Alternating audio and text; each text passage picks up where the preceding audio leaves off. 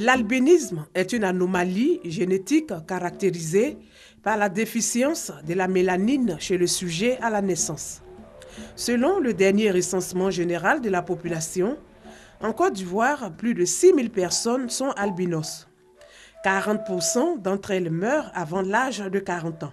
Ils sont tués par les cancers de la peau dès le plus jeune âge et l'évolution jusqu'à ce que les zones découvertes, les zones photo-exposées comme on le dit, la tête et puis les membres vont apparaître ces cancers-là.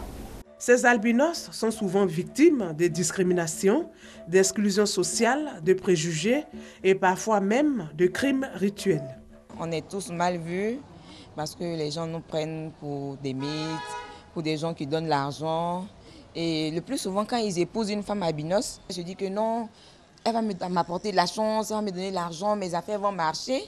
Mais après le mariage, quand les affaires ne prospèrent pas, il y a tout un problème au niveau du foyer et la personne préfère se séparer de la dame. Même quand on va chercher du travail, on ne nous met pas au premier plan, on essaie de ne pas nous prendre, de dire qu'on ne peut pas faire le travail. Des fois même, nos petits albinos, des fois nos enfants, on les fait cacher la nuit pour ne pas qu'on puisse les faire de n'importe quoi.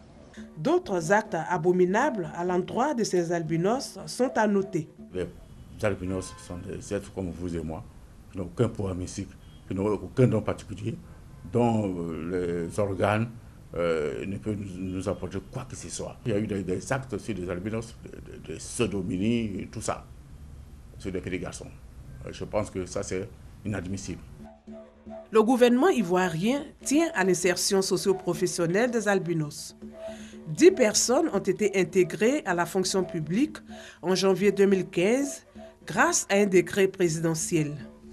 En clair, depuis 2010, les personnes vivant avec l'albinisme sont considérées comme des personnes en situation de handicap. Quand tu viens dans un nouveau monde, tu te dis comment ils vont t'accueillir, tu te poses mille et mille questions.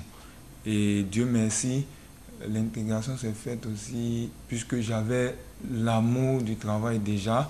Et quand je suis arrivé, j'ai trouvé aussi des collègues qui m'ont aidé à m'intégrer très facilement. La collaboration se passe très bien depuis mon arrivée ici. Bon, j'ai été très bien accueilli et puis je suis bien encadré.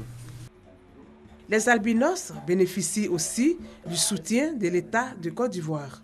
Il y a l'appui financier en termes de subvention, il y a l'appui institutionnel en termes d'organisation des sections socio-économiques avec la formation et puis surtout l'insertion professionnelle.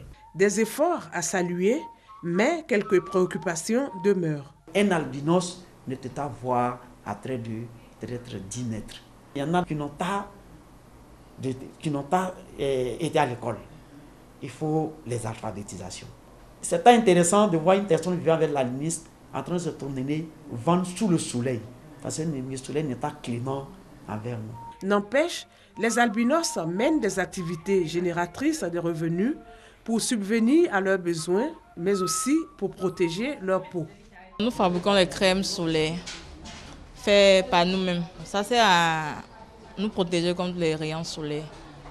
Bon, comment j'utilise, il n'y a pas de problème, ça hydrate. Pour ceux qui utilisent, ils sont contents, ils nous félicitent, ils n'ont plus de problème de peau. Pour assurer la protection sociale et juridique des albinos, comme les autres personnes en situation de handicap, le gouvernement ivoirien prévoit l'adoption des textes législatifs et réglementaires pour leur épanouissement.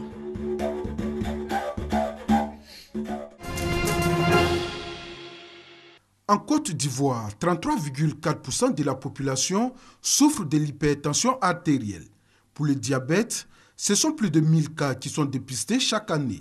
Une campagne de sensibilisation et de dépistage à Azagué dans le département d'Agboville a permis d'enregistrer 200 nouveaux cas de diabète et d'hypertendue sur les 420 personnes dépistées.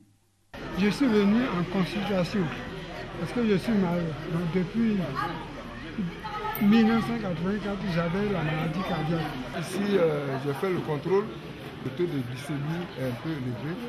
La tension aussi est un peu élevée. Si la plupart des personnes venues se faire dépister est d'un certain âge, D'autres plus jeunes y sont à titre préventif. On sait qu'on a une maladie à temps, on a plus de chances d'être sauvé et tout ça. Puis ça évite aussi de dépenser quand c'est vraiment, tout est gâté comme on dit. On nous a donné des prospectus où j'ai lu dedans les gestes qu'il faut faire en cas de problème cardiaque. Par exemple, si vous êtes le seul témoin ou bien la seule personne présente. Il y a mon grand-père qui est hypertendu, il est sous régime alimentaire, il ne consomme pas de sucre, il ne consomme pas de sel, il a le côté droit paralysé. Pour éviter d'en arriver à là, je suis venue faire mon dépistage. Avec un taux de prévalence de 4,94%, la Côte d'Ivoire est le deuxième pays le plus touché par le diabète en Afrique subsaharienne, selon la Fédération internationale du diabète. La fondation de l'Institut de cardiologie d'Abidjan, initiatrice de la campagne de dépistage, veut être aux côtés de l'État pour juguler le mal. Nous avons un programme national annuel pour visiter, faire une sensibilisation et faire un dépistage pour pouvoir éclairer aussi l'Institut de cardiologie sur l'ampleur dans les régions où nous passons. Et donc dans ce cadre-là, cette année, on a déjà fait des écoles et maintenant on rentre en région pour dépister. Pratique régulière du sport, consommation modérée du sel et du sucre, prise de tension une fois par an. Des conseils que la fondation de l'Institut de cardiologie d'Abidjan a également prodigués aux patients. Prochaine étape de la campagne de sensibilisation et de dépistage prévue pour le mois de juillet 2016, Fresco, avec pour objectif 1000 personnes dépistées. Village de Beliowa, à une douzaine de kilomètres de la sous-préfecture de Guibéroa. Ici, on trouve beaucoup de jeunes. Ils sont pour la plupart des déscolarisés qui ont fait le choix de retourner au village. Tous se rejoignent sur un point qu'ils jugent essentiel, relever le défi du retour à la terre. Nous avons tout fait pour avoir des parcelles de terre que nous devrons exploiter. Ils veulent s'investir dans l'élevage, surtout des porcs. Il faut que chaque jeune arrive à s'autosuffire. Il faut que chaque jeune arrive à avoir le minimum qu'il lui faut pour subvenir à ses besoins. Autant qu'on cherche à organiser les jeunes, autant on cherche à organiser aussi les femmes pour qu'elles soient en coopérative. Si ce retour au village des jeunes de Beliowa est un exemple de leur refus de cautionner l'exode rural, il tient surtout de ce que ce village, qui fait partie du canton de Ri, peut se targuer de bénéficier de nombreuses commodités susceptibles d'attirer et retenir les jeunes pour leur établissement durable. Beliowa est relié au réseau électrique national. La population bénéficie de l'adduction en eau potable du village, d'un centre de santé, d'une école avec logement de maître et d'un logement pour infirmiers. Le logement de la sage-femme est visible, la maternité aussi, mais la structure attend toujours qu'on y affecte son personnel. Les cadres de la mutuelle de Beliowa mènent des actions dans ce sens. C'est que dans le village, l'esprit est à la cohésion sociale, l'unité et la solidarité pour le développement et le progrès, mais encore le bien-être des populations avec en première ligne les femmes et les jeunes. Ma vision, je ne veux pas aujourd'hui que les jeunes se tournent même vers la politique. Il faut que les jeunes arrivent à s'autosuffire. Un jeune qui parfois perd sa belle-mère et qui est obligé d'aller s'endetter, d'aller brader même sa plantation, son champ, c'est incompréhensible. Donc mon souci, c'est de les amener à être autonomes, à s'autosuffire et puis à faire en sorte qu'il n'y ait pas toujours la main tendue vers ce qu'on peut appeler les cadres. Maurice Zokou s'est engagé à aider les jeunes et les femmes de Beliowa à réaliser les projets par un appui financier. Des projets essentiellement agricoles. Et ce n'est pas tout. Grâce à lui, le village sera doté d'un foyer polyvalent en cours d'achèvement.